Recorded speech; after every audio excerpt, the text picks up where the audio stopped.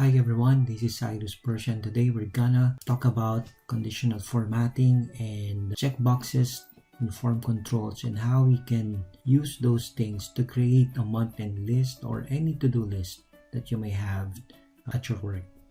So let's say we have this month-end activities, closing of AP, AR, posting of payroll entries, run depreciation and run recurring entries, and we want to create a check mark once we finish. So I'll show you the final output. So what we would like to do is, if it's not done, I would like it to be in red, and if it's done, I'll check it, and then it should be turned into green. And then if the next one is done, we should just click it, and then it automatically becomes green. So this is the final result that we would like to create today. Okay, first off is we need to insert checkboxes under the developer tab.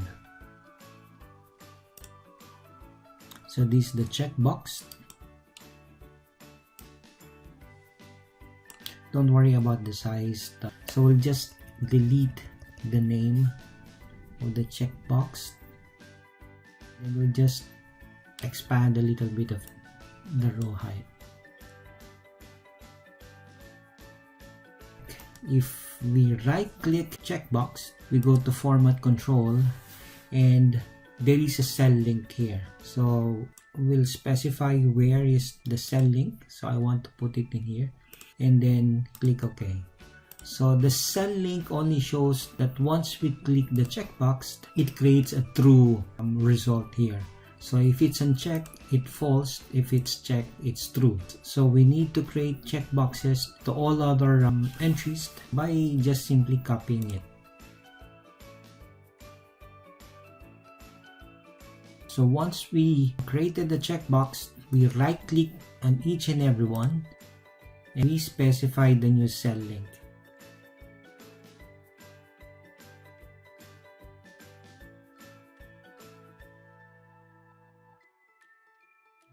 So if it's checked, it's true. If it's unchecked, it false. So let's try unchecking everything. Okay, what we wanted to do next is, once we check it, we want this cell here to be green fill. So now we have this, we need to create a formula that will return either true or false. We'll copy it inside the conditional formatting.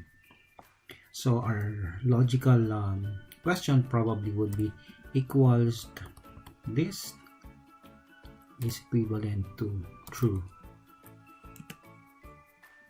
So if that is true, let's say if I check it, if that is true, then the result will be true. What conditional formatting will do is it will apply the type of formatting that we specify inside the conditional formatting. If it's not true or if it's false, then it will not apply, or it will retain the original color. In this case, it is red. I would like to highlight the range, and I would like to give it a color fill of red, because if it's false, it should be red. If it's true, I want it to be green. So I'll copy the formula that we did.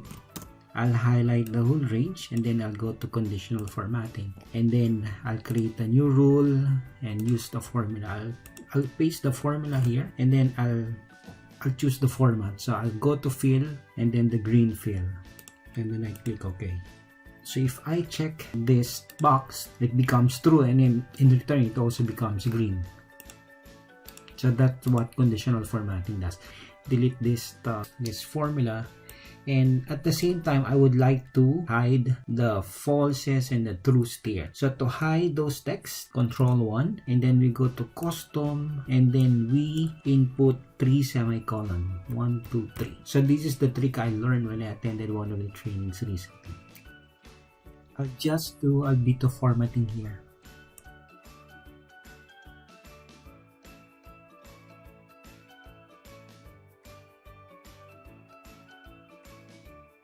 If I'm done with closing the AP, if I do the check, it turns green. AR, I check it, it turns green. Payroll entries, done, done, done. So that's what we wanted to achieve here.